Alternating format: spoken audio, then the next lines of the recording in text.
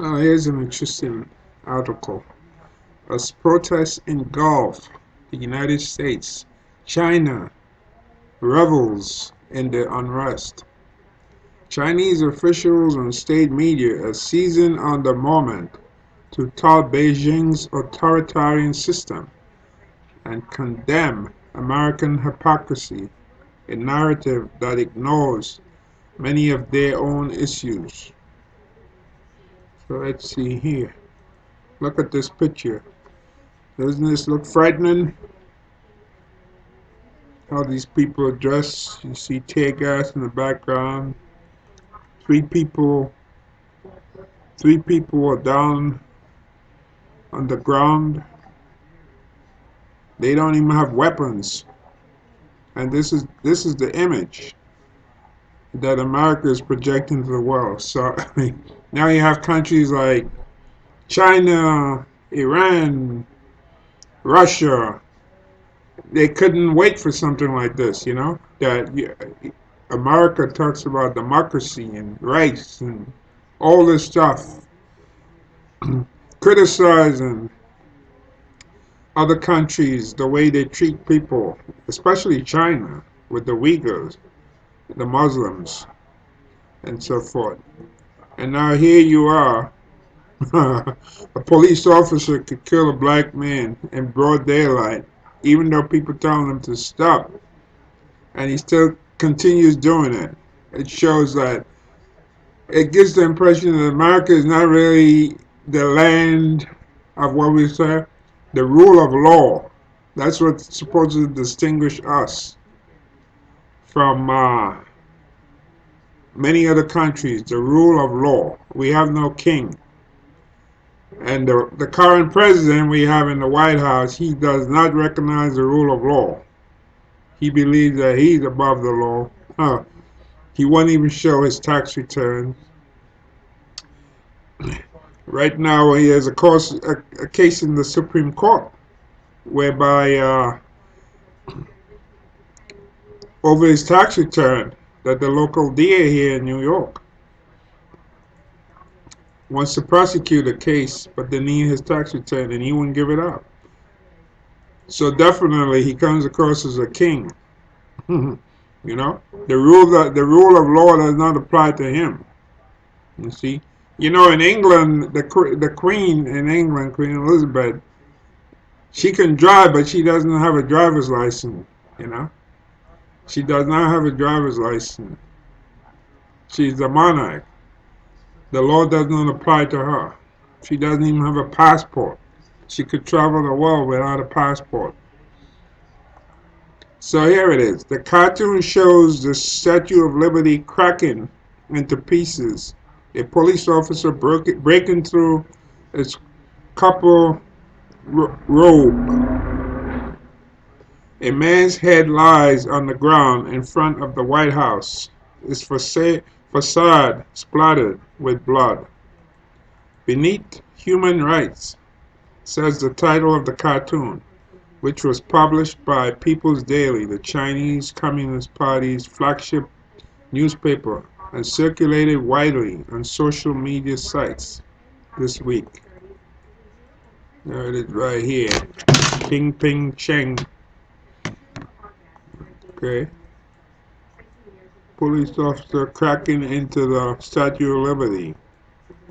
As protests over police violence engulf hundreds of cities in the United States, China is reveling in the moment, seizing under unrest to tout the strength of its authoritarian system and to portray the turmoil as yet another sign of American hypocrisy and decline. It is a narrative that conveniently ignores many of the country's own problems, including its history of ethnic discrimination, its record on human rights, and its efforts to suppress protests in Hong Kong. Chinese officials are trolling their American counterparts with protest signs like Black Lives Matter and I Can't Breathe.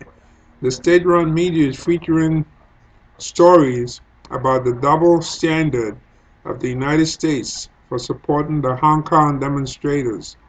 Prominent Chinese commentators are arguing that American-style democracy is a sham, pointing to the country's bungled response to the coronavirus pandemic and ongoing racial tensions. This, this situation in the United States will make more Chinese people support the Chinese government in its effort to denounce and counter America. Song Guyu, a scholar at Fudan University in Shanghai, said in an interview, "The moral ground of the United States is indeed greatly weakened. The propaganda push is the latest skirmish in a long-standing power struggle between China and the United States, with relations between the two countries at their lowest point in decades." President Trump has accused Beijing of covering up the coronavirus outbreak that began in the Chinese city of Wuhan, saying China should be held responsible for deaths in the United States and around the world. He has also threatened to punish China for moving to adopt a broad new security law in Hong Kong by curtailing the city's special relationship with the United States. Now, the protests in the United States are giving Mr. Xi and the Communist Party's propagandists a natural line of counterattack. Chinese social media sites are rife with video clips of tense standoffs between the police and protesters in the aftermath of the death last week of George Floyd, after he was pinned to the ground by a white Minneapolis police officer who has since been charged with murder. Television shows feature videos of National Guard troops patrolling city streets as broadcasters describe the long history of discrimination against minorities in the United States. Social media sites are portraying America as unruly and chaotic. "This is not Syria. This is the U.S.," read a caption on one popular site. Global Times, a nationalistic newspaper controlled by the party, called on the American government to stand with the Minnesota people.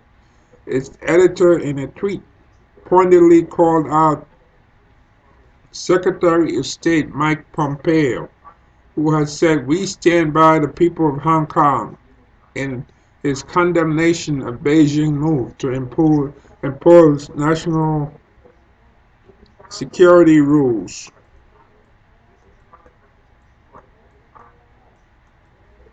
The violent protests in the streets of urban America are further discrediting the U.S. in the eyes of ordinary Chinese, said Susan Shirk, chair of the UC San Diego 21st Century China Center. The propaganda depicts American politicians as hypocrites living in glass houses while throwing stones at China. Ms. Shirk said that as the reputation of the United States suffers in China, fewer people might be willing to voice support for American ideals, such as free markets and civil liberties. Even without the propaganda, Chinese people nowadays find little to admire in the U.S., she said. As the U.S. model is tarnished, the voice of Chinese liberals is silenced.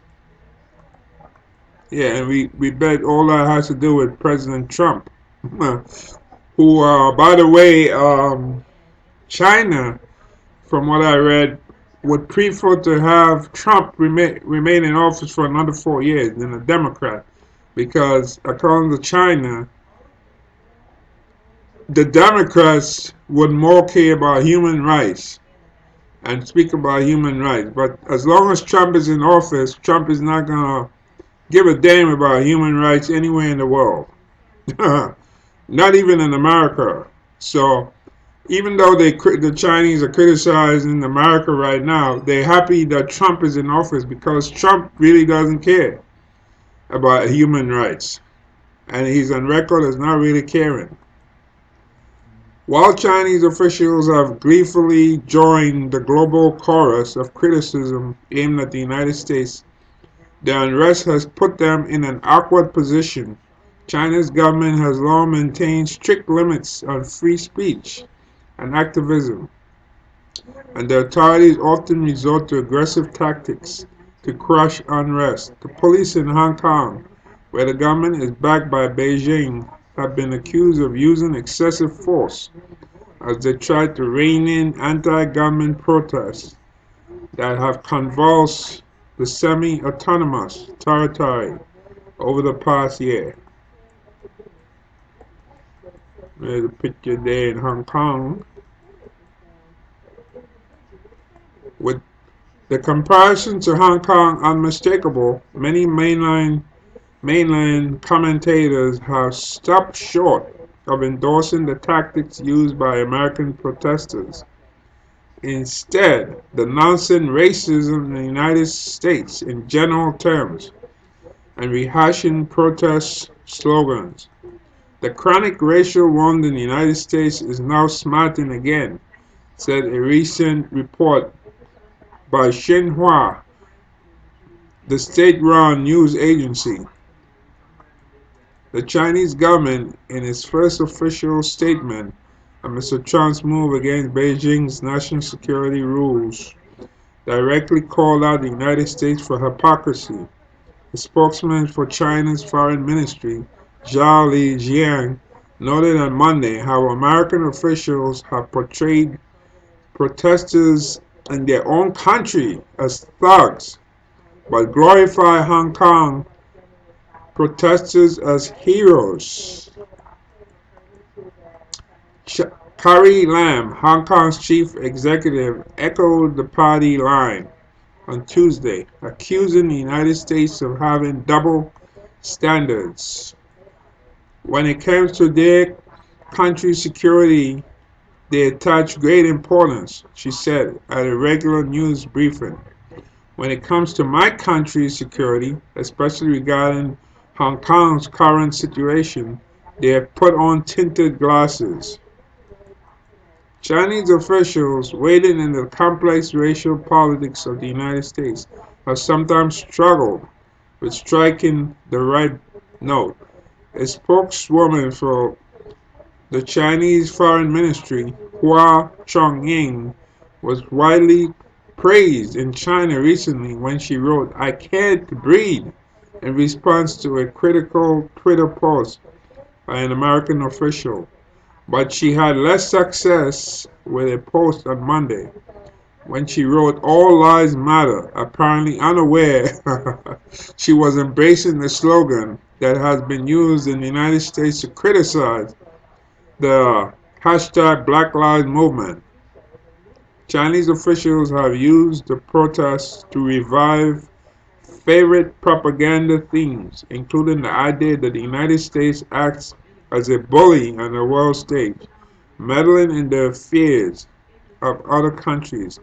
Hong Kong has been a particular point of contention, with many news outlets in China pairing images of burning buildings and flags in American cities alongside comments last year by Nancy Pelosi, the Speaker of the House, praising the demonstration in Hong Kong as a beautiful sight to behold. The editor-in-chief of Global Times, Hu Xijing, said that the attacks were to be expected given the intense criticism of China by American officials over the past year.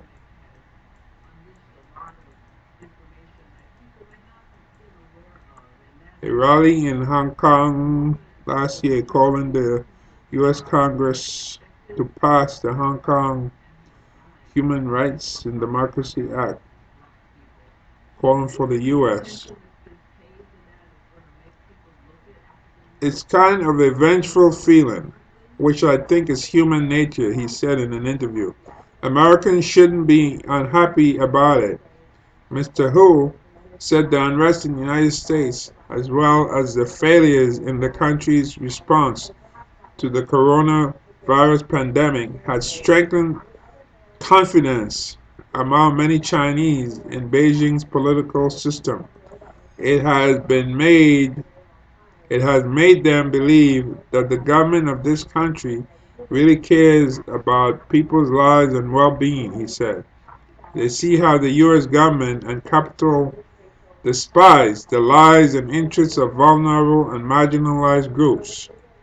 Nationalism has been in full force in recent days on the Chinese internet, with many people taken to Weibo, a popular microblogging platform, to denounce the arrogance of the United States and Mr. Trump. Hashtags about the American protests, including the decision to deploy the National Guard in some cities, are among the most popular topics on the site. Some worry about the propaganda campaign may further inflame tensions between the two countries.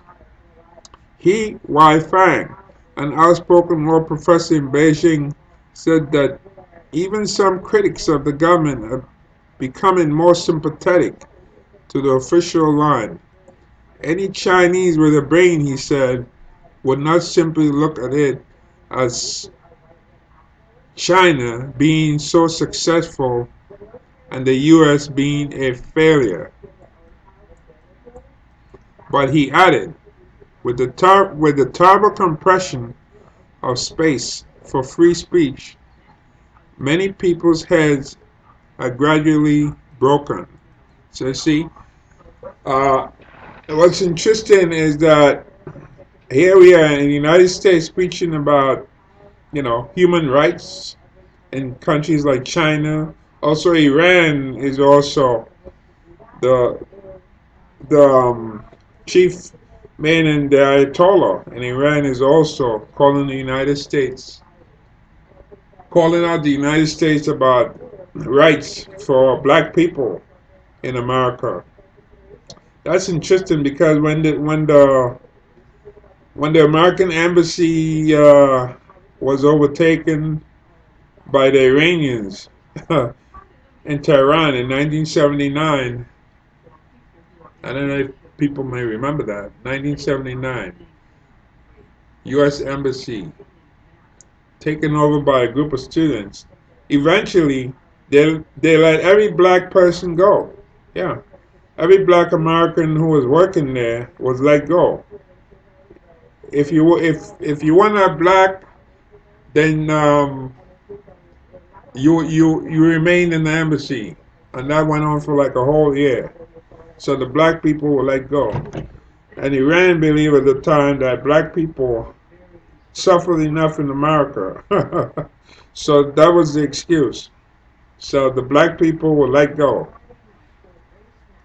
But we live in a time with social media where everything just goes around the world, news goes around the world, and the United States is being hypocritical. You can have a policeman, and year after year after year after year, we keep seeing the same thing. The black people being killed by the police, and very hard to bring, very hard to get justice. Even when you do go to court, and you could bring the police officers in court. A lot of times, what happens is that they look for mostly all white juries, and the all white juries usually find some way to acquit the police officer.